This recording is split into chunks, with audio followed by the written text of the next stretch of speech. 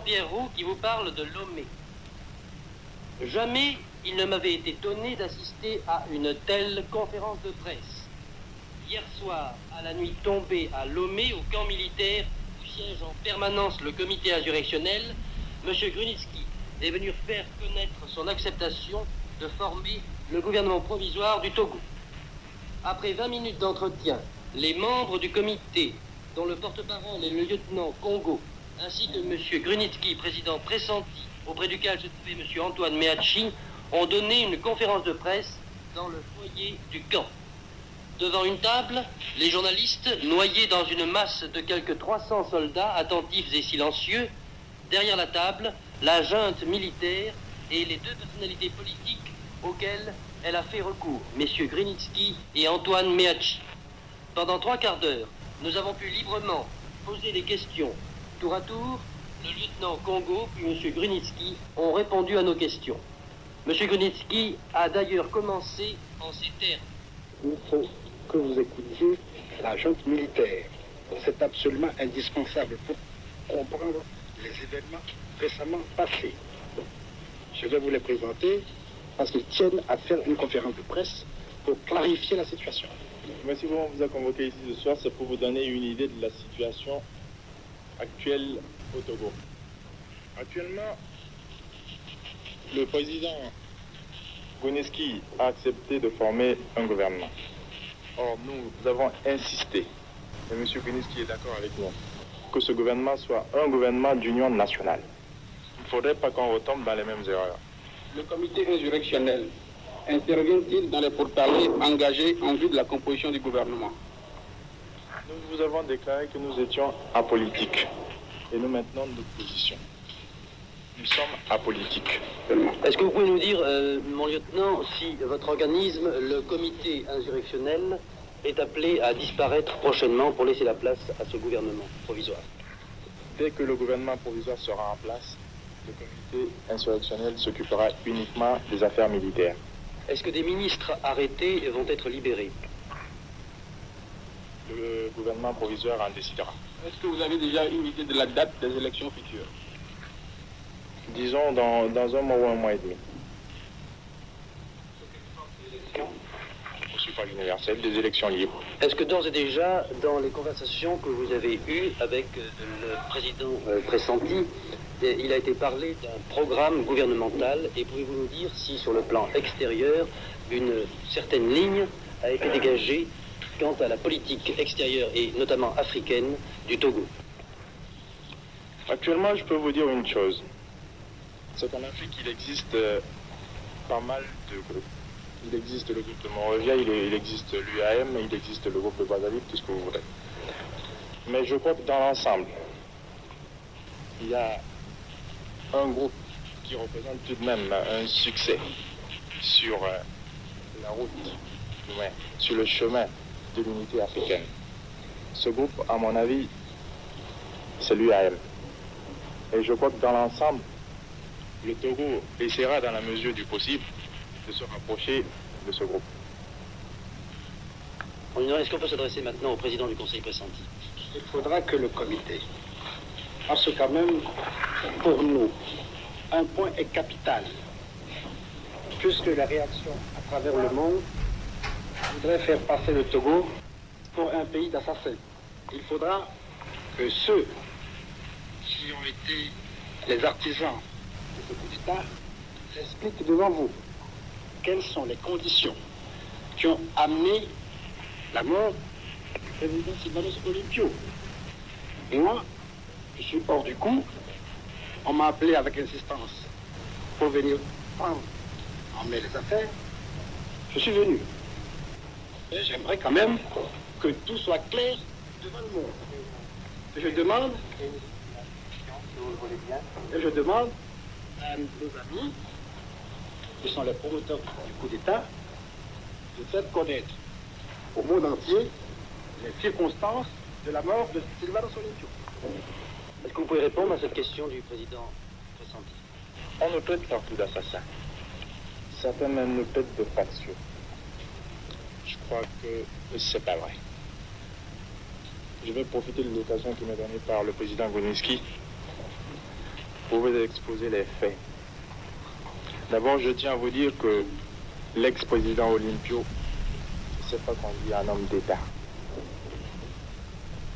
Parce que quand le commando qui était chargé d'aller le récupérer est arrivé chez lui, le commando avait reçu des ordres stricts.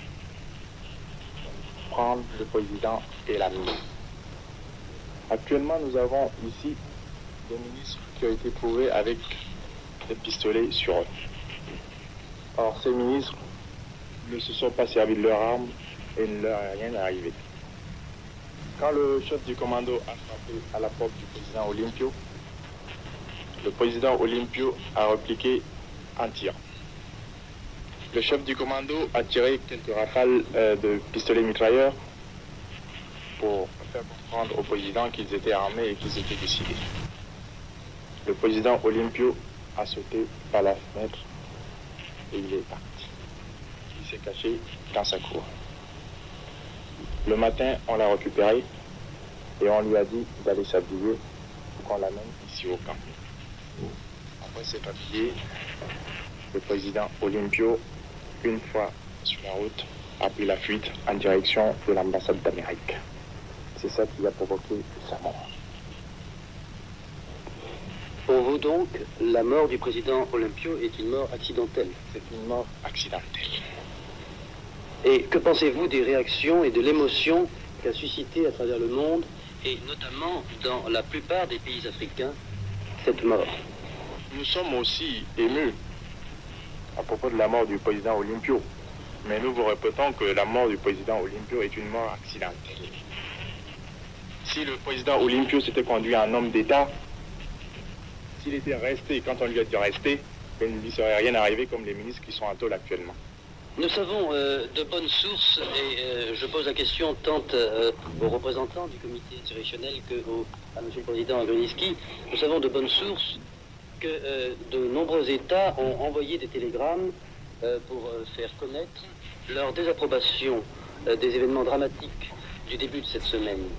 Est-ce qu'une réponse quelconque a été donnée directement ou indirectement à ces télégrammes? Je crois que la réponse que nous donnons à ce télégramme, c'est la conférence de presse que nous faisons actuellement. Parce qu'elle nous permet de nous disculper. On nous traite d'assassins, on vient de vous le répéter, nous ne sommes pas des assassins. Une question s'il vous plaît. On a parlé un temps de la venue d'une délégation guinéenne à Lomé. Est-ce qu'elle est arrivée? La délégation guinéenne n'est pas arrivée. Et tant que le comité siégera, nous ne pouvons pas accepter que la délégation guinéenne vienne si le président Sékou Touré maintient sa première position. C'est-à-dire continue à nous traiter d'assassins, de dire qu'il va faire 3 jours de deuil national et tout ce qui s'ensuit. Nous ne sommes pas des assassins. Nous tenons à le préciser. Nous ne sommes pas des assassins. Est-ce que vous pensez néanmoins, mon lieutenant, qu'il est souhaitable qu'il y ait au Togo un jour de deuil national? Actuellement, non.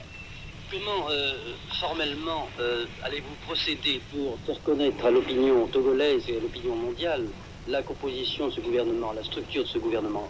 Allez-vous d'abord en référer au comité insurrectionnel ou allez-vous simplement le faire savoir par voie de presse et de radio? Enfin, la moindre des corrections quand même, lorsque des gens vous font confiance, eh bien, il faut également leur dire ce qu'on fait. C'est la seule réponse, je crois, qui est valable. En conclusion, nous tenons encore à vous dire que nous ne sommes pas des assassins, mais que nous sommes des révolutionnaires. C'est tout. Quel est le sens de votre révolution? Je crois que notre révolution, c'est plutôt dans le sens de la marche de l'Afrique vers l'avant, de l'unité africaine. 2ATG, abonnez-vous à la chaîne. Toute la matinée, le président Gruniski a poursuivi ses consultations. Il attend maintenant de chacune des personnalités représentant les partis politiques, tous les partis politiques du Togo, des réponses et des noms pour pouvoir faire connaître au comité insurrectionnel la liste des membres de ce gouvernement provisoire. Mais ce matin, aux premières heures de la matinée, j'ai pu m'entretenir avec le président Gruniski. Voici l'enregistrement de cet entretien. Monsieur le Président, pouvez-vous nous dire dans quel esprit vous avez répondu à l'appel du comité insurrectionnel. Et cet appel, nous croyons le savoir, a été répété plusieurs fois, à plusieurs reprises. Et comment et pourquoi vous êtes-vous rendu à Lomé?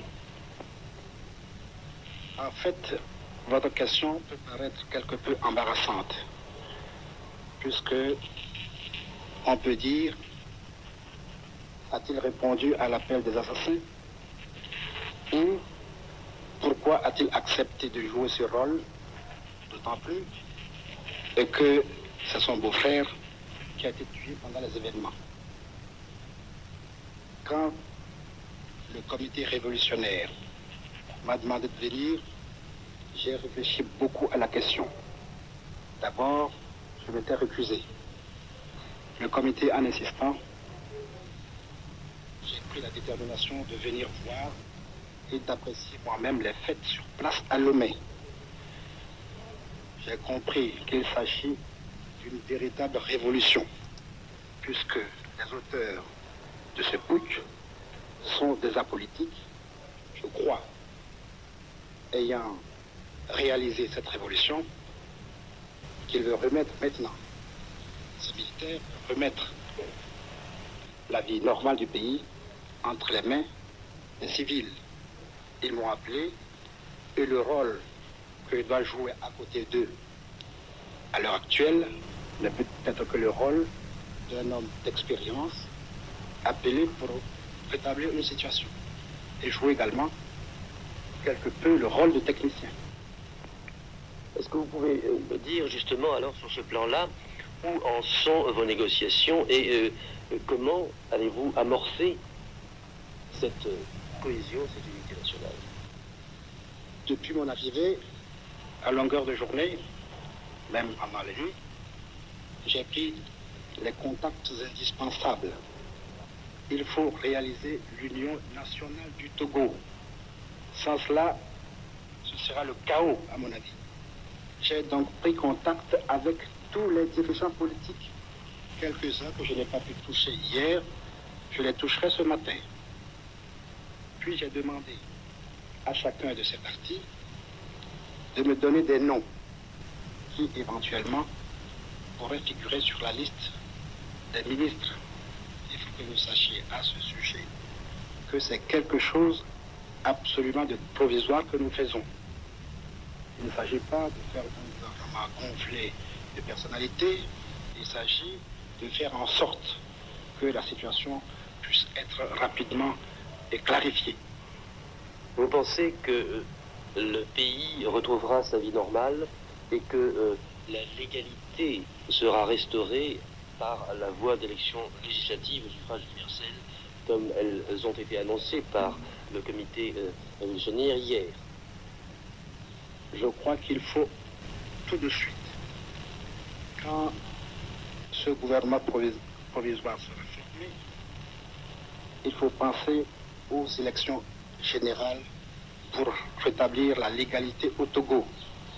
La légalité, ce sont l'Assemblée nationale, un exécutif issu de cette Assemblée, et sans cela, rien de solide ne sera fait. La légalité, c'est de passer la parole au peuple. C'est le rôle que je vais jouer. Le verdict du peuple, d'avance, je m'inclinerai.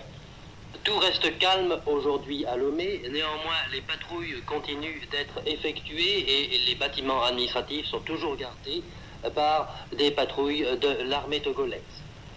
Demain et dans les jours qui viennent, il appartiendra au gouvernement provisoire de prendre en main à son tour, comme vient de le dire le président Grunitzky, les affaires du Togo. C'était Jean-Pierre Roux qui vous parlait de Lomé. 2 ATG. Ensemble, écrivons l'histoire audiovisuelle du Togo.